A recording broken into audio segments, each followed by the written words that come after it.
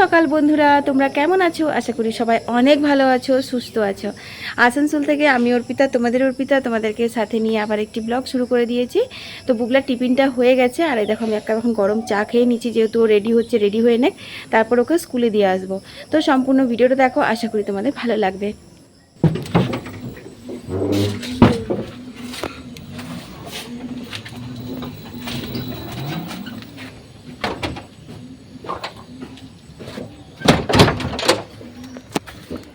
চলো ওকে দিয়ে আসি, তারপর বাকি কাজ হবে এসে পরে। স্বপ্নটা কিনবই পাখির ঠোঁটে করে, চাঁদের বুড়ির ঘরে এক টুকরো পৃথিবী গড়বই। মেঘের চাদর দেওয়ায় সাজাবো বৃষ্টির গান, উঠোনে জল থই থই।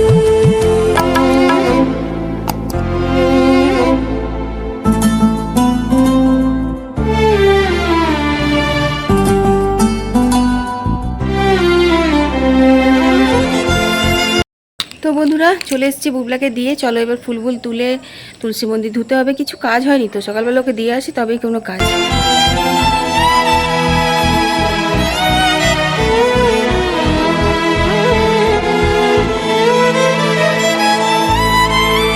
একটা কাজ শেষ হতে না হতে আর একটা কাজ মাথার মধ্যে ঘুরে, বুঝলে। বুবলাকে স্কুল থেকে দিয়ে এসে ভাবলাম বেশ ভালোই আকাল করে পশ্চিম দিকে মেঘ জমেছে। আমার বাবা বলে পশ্চিম কোণায় মেঘ জমলে কিন্তু খুব জোর বৃষ্টি আসে, তাই ভাবলাম বাইরের কাজগুলো ঝটপট করে সেরে নেওয়া যাক। তো এখন দেখো আমি ফুলটা তুলে নিচ্ছি, কারণ যা মশা বাবা, ফুলের মানে কি বলবো, ফুল তুলতে গিয়ে জীবন বেরিয়ে যায়।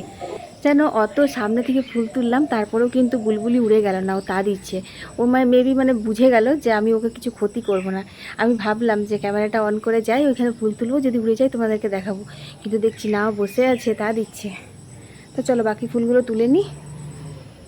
আরে বাস, আজকে কত রেন লিলি ফুটেছে দেখবে, দাঁড়াও দেখাই তোমাদের।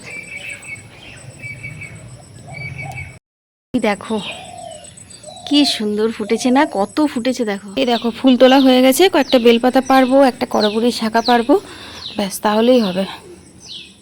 তো চলো, বাগানে খুব মশা, বাগানের ক্যামেরা নিয়ে যাব না, চটপট করে ওই যে বেলপাতাটা আর করবুরির শাখাটা তুলে নিয়ে চলে আসি। আর কি গরম করছে, বৃষ্টি নামাবে একবার। আকাশের গায়ে স্বপ্ন যত তারা হয়ে টুপটাপ খসতো, সে তারা যদি আলো হয়ে ঘরে থাকতো। তো বন্ধুরা, তোমরা যারা এখনো পর্যন্ত আমার ভিডিও দেখছো তাদেরকে অনেক অনেক ধন্যবাদ এই অর্পিতার তরফ থেকে। তবে হ্যাঁ, তোমরা যারা এখনো ভিডিওতে লাইক করোনি অবশ্যই একটা লাইক করে দিও, আর আজ যদি প্রথমবার ভিডিও দেখছো তাহলে চ্যানেলটা সাবস্ক্রাইব করে নোটিফিকেশন অল করে দিও। প্রত্যেকদিন সকাল 9টার সময় ভিডিও দিলে তোমাদের কাছে নোটিফিকেশন চলে যাবে। আর আমার যারা রেগুলার ভিউয়ার্স, যারা আমার পুরনো বন্ধু, তাদেরকে তো অফুরন্ত ভালোবাসা অর্পিতার তরফ থেকে। আমি আজকে কিন্তু দেখো স্নান টান পুজো না করেই সবজি কাটতে বসে গেছি। তার একটাই কারণ হচ্ছে যে আমার না স্নান করে পুজো করে রান্না করতে অনেক দেরি হয়ে যাচ্ছে। আর আজকে যেহেতু শুক্রবার, আমার নিজেরও উপোস আছে, আর বুবলাকে আমি সকালবেলা পরীক্ষা শেষ হওয়ার পর আনতে যাব না ছুটির সময় আনতে যাব, সেই ডিসিশনটা নিতেই পারছি না। তাই ভাবলাম কি না, এত ভেবে লাভ নেই, কখন বৃষ্টি আসবে, তার থেকে বরং রান্নাটাই করি। তো বন্ধুরা, সকাল সকাল এই যে লক্ষ্মী লাভ হয়ে গেল এতগুলো টাকা। তো এতগুলো টাকা কি আমার সংসারে রান্না করা, বাসন মাজা, কাপড় কাচার পারিশ্রমিক? তো চলো দেখাই তোমাদের কি। তো দেখো এখানে সবজি কাটা হয়ে গেছে, এটা হচ্ছে আমাদের কাজের বউকে দিতে হবে, ঠিক আছে, বুবলার বাবা দিল। আর এই দেখো এখানে হচ্ছে কাঁচা কলা, পটল, আলু দিয়ে মুসুর ডালের বড়া করে একটা ঝোল করব। আর এই যে 5 মিশালি খোসা রয়েছে, বুঝলে, এর মধ্যে রয়েছে পটল, কাঁচা কলা, ঝিঙের খোসা। কালকে ঝিঙেগুলো খুব কচি ছিল, বললাম না রেখে দেবো, তো সে রেখেই দিয়েছিলাম। তো এগুলো বাটবো, আর ঢ্যাঁড়স সেদ্ধ করব, আর শাক ভাজা করব। আর এই দেখো ম্যাগি নিয়ে এসছে, বুলো বাবার জন্য একটু ম্যাগি করে দিব, আজকে টিফিনে বলছে ম্যাগি খাবে।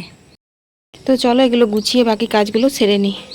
নিজের সংসারে যতই কাজ করো, বুঝলে, এরকম পারিশ্রমিক পাওয়া যায় না, তো এইটা হচ্ছে কথা। তো বন্ধুরা চলো, এগুলো সব আমি এখন গুছিয়ে নেবো, তারপরে বুলো বাবার জন্য ম্যাগিটা বসিয়ে দেবো।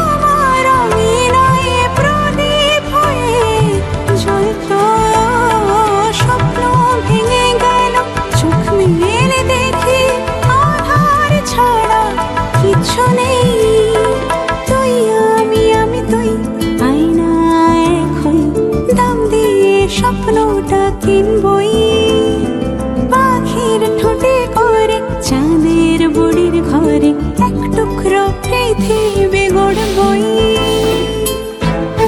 ঘরের বউ হোক বা কাজের বউ হোক বন্ধুরা, কষ্ট কিন্তু সবাইকেই করতে হয়। আমাদের বউ যেমন ভিজে ভিজে কাজ করছে বাড়ি বাড়ি, আমরাও কিন্তু সেরকমই ভিজে ভিজে কাজ করছি। কিন্তু কথা হচ্ছে ঘরের কাজের কিন্তু দাম নেই। তাই জানো তো, এখনকার সময়ে প্রত্যেকটা মেয়েকে কিছু না কিছু উপার্জন করতে হয়, নিজের ভালোর জন্য, সংসারের ভালোর জন্য। কারোর কাছে হাত পাততে হয় না, নিজের ছোট ছোট খুশিগুলো সে অনায়াসে পূর্ণ করতে পারে। হ্যাঁ, আর সব থেকে বড় কথা কি বলতো, এখন আমাদের দেশে একদমই চাকরি নেই। তাছাড়া চাকরিরও তো একটা বয়স থাকে, সেই বয়সটাই তো পার করে চলে এসেছি। যেই সময় চাকরি করে বাকরি করে কিছু করার কথা, সেই সময় তো আমার বিয়েই হয়ে গেছিল। আমার শুধু না, আমার মতন কিন্তু এরকম অনেক মেয়েদেরই হয়ে থাকে। তবে হ্যাঁ, thanks to social media, social মিডিয়ায় কিন্তু অনেক অপরচুনিটি আছে জানো তো, টাকা ইনকাম করা, তাও আবার সৎ পথে। হ্যাঁ, নিজেকে সৎ রাখতে হবে, নিজেকে সৎ পথে চালাতে হবে, তাহলে কিন্তু টাকার অভাব হবে না।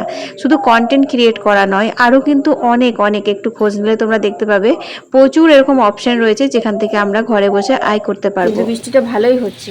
আর হোক, যা গরম রেখেছিল তাতে করে বৃষ্টিটাই ভালো হোক, কিন্তু কথা হচ্ছে বুবলাকে কিভাবে কি আনবো আর কিভাবে রান্না করবো, ম্যানেজ করবো বুঝতেই পারছি না।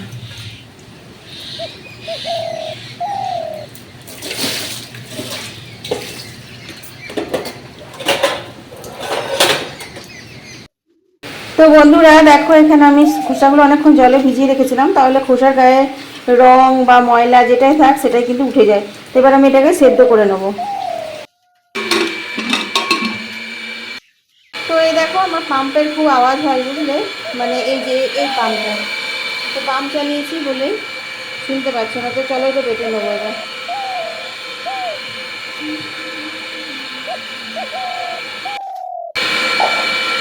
চলো শাকটা বসিয়ে দিই। আজকে কিন্তু রসুন দিয়ে না, আজকে নিরামিষ করেই করব। এক দিদিভাই আমাকে ফেসবুকে কমেন্ট করেছে, একজন নয় 2-3 জন কমেন্ট করেছে যে তুমি শুক্রবারে মা সন্তোষীর পুজো করছো, এদিকে মাছ মাংস টক সমস্ত কিছু রান্না করছো। জানো, ওগুলো ছুঁতেও নেই, কারণ মা সন্তোষীর ব্রত আমরাও করেছি। সত্যি কথা বলতে কি জানো, যে মা সন্তোষীর ব্রত কথা, সেটা কিন্তু লেখা আছে আঁশ টক খাওয়া চলবে না, কিন্তু ছোঁয়া চলবে না, এরকম কিছু মেনশন করা নেই। তবে হ্যাঁ, সত্যি কথা বলতে দিদি ভাই, আমি কিন্তু এর আগেও শুনেছি যে আঁশটকে হাত দিতে নেই শুক্রবার করলে। কিন্তু কি করব বলো, যেহেতু বৃহস্পতিবার নিরামিষ হয়, আর আমার বর বলো ছেলে বলো কেউ ওরা নিরামিষ খেয়ে থাকতেই পারে না বেশি দিন। তো সেই কারণের জন্য না আমাকে রান্নাটা করতে হয়। তবে আজকে আমি ওদেরকে অনেক কষ্টে মানিয়েছি। আমি বলেছি এখন আর কয়েকটা শুক্রবার আমার বাকি রয়েছে, সেগুলোতে আমি আঁশটকে হাত দেবো না, তোরা সব নিরামিষই খাবি। তো দেখো, এখানে কিন্তু খোসাটা সেদ্ধ হয়ে গেছে, তার মধ্যে বেশ কয়েকটা কাঁচা লঙ্কা আর তিল দিয়ে দিলাম। নুন তো আগেই দেওয়া হয়ে গেছিলো, এরপর এটাকে সুন্দর করে বেটে নেব। তো বন্ধুরা, কাঁচা লঙ্কা আর তিল দিয়ে কিন্তু আমি এটা বেটে নিয়েছিলাম। রসুন দিলে খেতে আরও টেস্টি হয়, কিন্তু আমি আজকে রসুন দেবো না, তার জন্যই কিন্তু তিল দিয়েছিলাম, ঠিক আছে। আর রসুন দিলে কিন্তু আমি পোস্ত দিতাম, পোস্ত দিয়ে রসুন দিয়ে বাটলে বেশি ভালো হয় খেতে। তো এটা এখন আমি ভেজে নেব, তারপর তুলে নেব।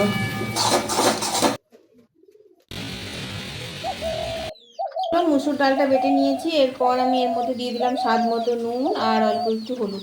এবার ফেটিয়ে বড়াগুলো ভেজে নেবো, নিয়ে পরে এটা দিয়ে ঝোল করব নিরামিষ করে। বন্ধুরা, এই খোসাটার এত সুন্দর সেন্ট বেরিয়েছে, যেহেতু তিল দেওয়া আছে আর তারপর ভাজা হলো না, দারুণ লাগছে জানো, মানে গন্ধটা আর কি। তো দেখো, এখানে কিন্তু আমার শাক ভাজা আর এই যে খোসা বাটা হয়ে গেছে, আর ভেন্ডি সেদ্ধও হয়ে গেছে। এবার ঝোলটা করব, বাটাবাটি সব কমপ্লিট, চলো রান্নাটা করে নিই। বন্ধুরা, যেহেতু আজকে আমি সকালবেলা 9টার সময় তোমাদেরকে ভিডিও দিতে পারলাম না, তো কি একটা মনে হলো যে চলো আজকে একটু লাইভ করে দিই। তো নিরামিষ ঝোলের রেসিপিটা আমি কিন্তু লাইভে শেয়ার করে দিয়েছি, তোমরা দেখে নিও যদি না দেখেছো। টাইটেল আছে সেই বৃষ্টির সাথে ঝোল। আর আমার পিছনে ব্যাকগ্রাউন্ডটা দেখো কীরকম হচ্ছে, নোনা লাগা দেওয়াল না, বর্ষাকালে বেশি ছাড়ে। তারপর পুজোর সময় যদি একটু রং টং করা হয় তখন আবার ঠিক লাগবে, আর রং করে লাভ নেই জানো, ছেড়ে ছেড়ে পড়ে যাচ্ছে। দেয়ালগুলো নিয়ে বড্ড সমস্যা। আর বৃষ্টি এখনো ছাড়েনি, প্রায় 2 ঘন্টা হয়ে গেল। দেখো কি অবস্থা আমার, এগুলো এখন সমস্ত গোছাবো, ঠিক আছে। এই যে লাইভ করছিলাম সব স্ট্যান্ড ফ্যান এখানে রাখা আছে, আর এই যে ঝোলটা, এর মধ্যে রয়েছে ধনে গুঁড়ো, জিরে গুঁড়ো, শুকনো লঙ্কার গুঁড়ো, তারপর রয়েছে হচ্ছে তোমার নুন, মিষ্টি দিইনি, ঝালটা তো পরে দিতে, মানে দিতেই ভুলে গেছিলাম লাইভ করতে করতে। তারপর আবার কি করব, বন্ধুদের কাছে তোমাদের কাছে সবাই কাছে ক্ষমা চেয়ে পরে আবার দিলাম ঝোল দেওয়ার পর। এতে খালি একটুখানি গরম মশলা পড়বে বন্ধুরা। সবজি টবজি কষিয়ে ভালো করে নিয়েছি। তো চলো, রান্না বান্না তো এই যে এদিকেও হয়ে গেছে, সমস্ত কমপ্লিট, শুধু ভাতটা হলেই হয়ে যাবে। দেখো কেমন আমি গ্যাসটাকে অনেক বাড়াই নিলাম, ভাতটা তখন ফুটে যেত। উফ, এখন 10:30 বাজছে, এবার খাবার জলটা নিয়ে নেবো ভিজে ভিজে, আর তারপর স্নান করে নেবো। আর বুবলাকে এখন আনতে যাবো কি না ভাবছি, কারণ ভিজে যাব আবার স্নান করার পরেও, কি ভাবছি নিয়ে চলে আসবো তারপরে স্নান করব, না স্নান পুজো দিয়ে আনতে যাব, সেটাই বুঝে উঠতে পারছি না, বুঝলে।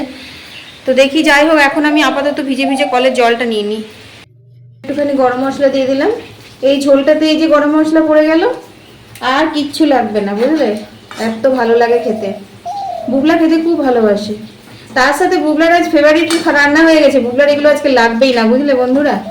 বুবলা এই যে খোসা বাটা করেছি, এই দিয়ে ভাত খেয়ে নেবে। চলো,